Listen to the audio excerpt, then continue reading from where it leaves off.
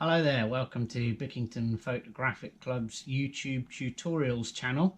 A very different one for you here. This is a series which we are calling Get to Know Your Camera.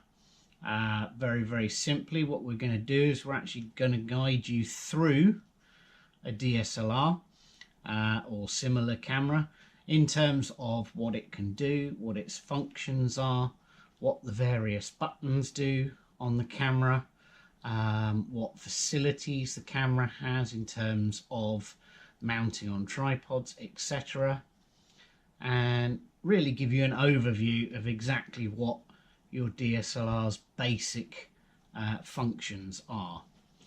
So we're going to start with the power button. Now these are located in various places dependent on the brand of your camera. We're obviously using a Canon here, in fact it's an EOS 70D. The power obviously gives you a good view of your top LCD screen there, and if you're working in low light you've also got the light option there to actually brighten that up.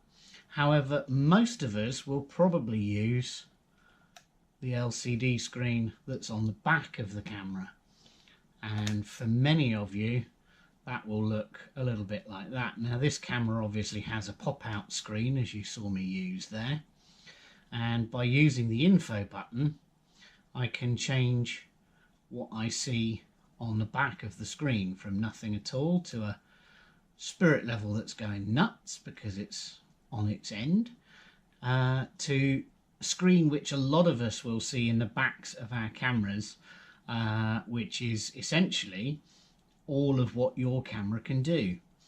What we'll do is we'll basically go through these one at a time and we'll relate them to different buttons on our camera so that you can actually see how to alter various different settings.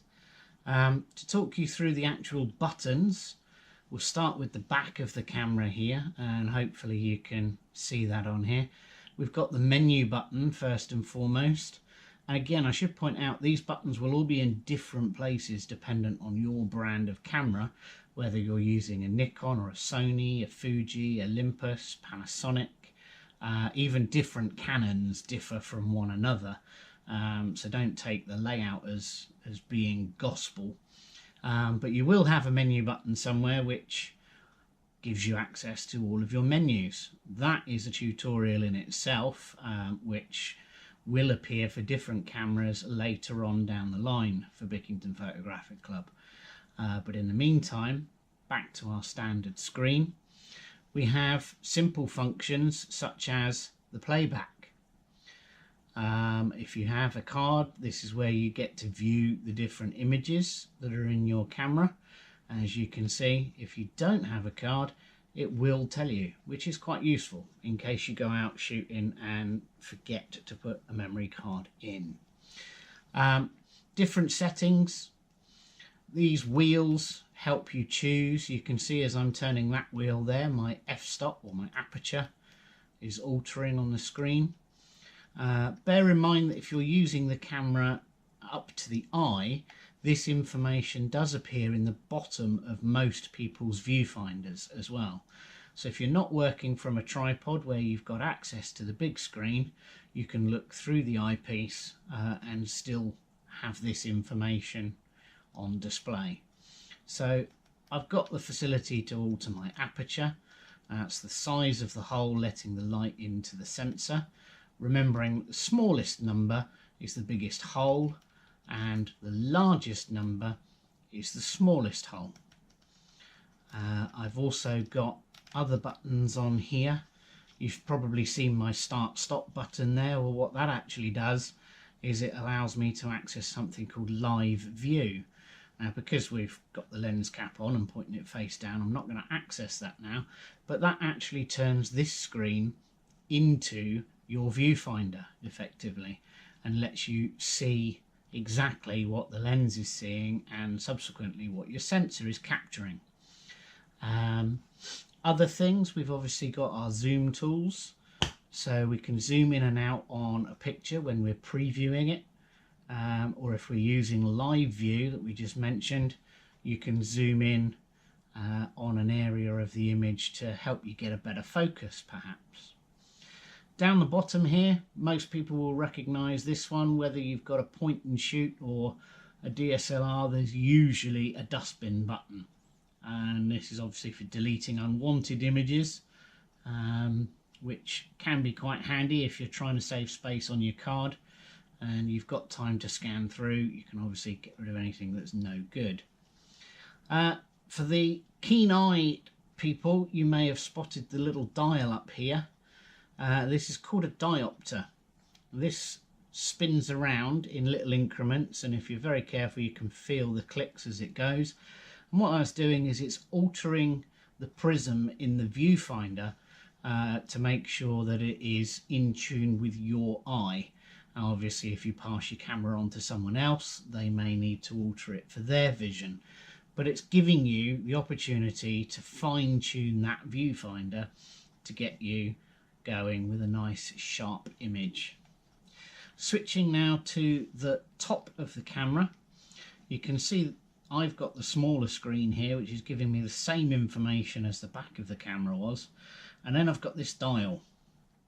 This dial is on most cameras, and it really does explain all of the different options that your camera has, different shooting modes, and we'll go into those in a second tutorial which will be following this one. Other things to note, we've already talked about the light, but I've got a series of different buttons here. These are effectively shortcut buttons to different operations in the camera, such as my autofocus mode. You can see on there it's got AI focus. If I push the button continually and then roll through, I can see that the modes are changing. We'll explain what the different modes are in a different tutorial, but you can see how easy they are to change. And I should point out that as I'm doing that, the same information is being shown on the back of the camera. Very similarly for drive, this is the number of shots or the style of shooting that you're going to do. You've got obviously remote or self timer, you've got single shot, you've got high-speed multi-shot, and you've also got silent single shot and silent continuous shooting. And again, as soon as I bring the camera up, you can see if I push that drive button again, it tells me exactly what the different modes are. You haven't got to guess what the logos mean because it actually tells you above what they are as well, which is quite convenient. And that's true for most brands of camera. They don't expect you to just guess what little logos mean. They will explain them in the menus. ISO, that's something you hear about a lot in photography. In fact, it's one of the 3 points of the exposure triangle. You can see ISO 100, you can have an A for automatic if you'd rather the camera took over control of your ISO for now. And it goes, many cameras will go up to quite high numbers like 3200. In this instance I can go all the way to 12,800, and when we talk about ISO in another tutorial you'll realize how different 12,800 is to the 100 option. Finally on here we've got our metering, and this allows us to select which areas of the lens are choosing the light and making sure that there is enough light to take a photograph. And again, there'll be a session on metering explaining the difference between spot metering, for example, versus evaluative or partial, or even center weighted average metering. That comes later. Obviously I've been using this wheel quite a lot. It's just there to help me scroll through different changes. This smaller button on the front here, you may see on the back of your cameras somewhere.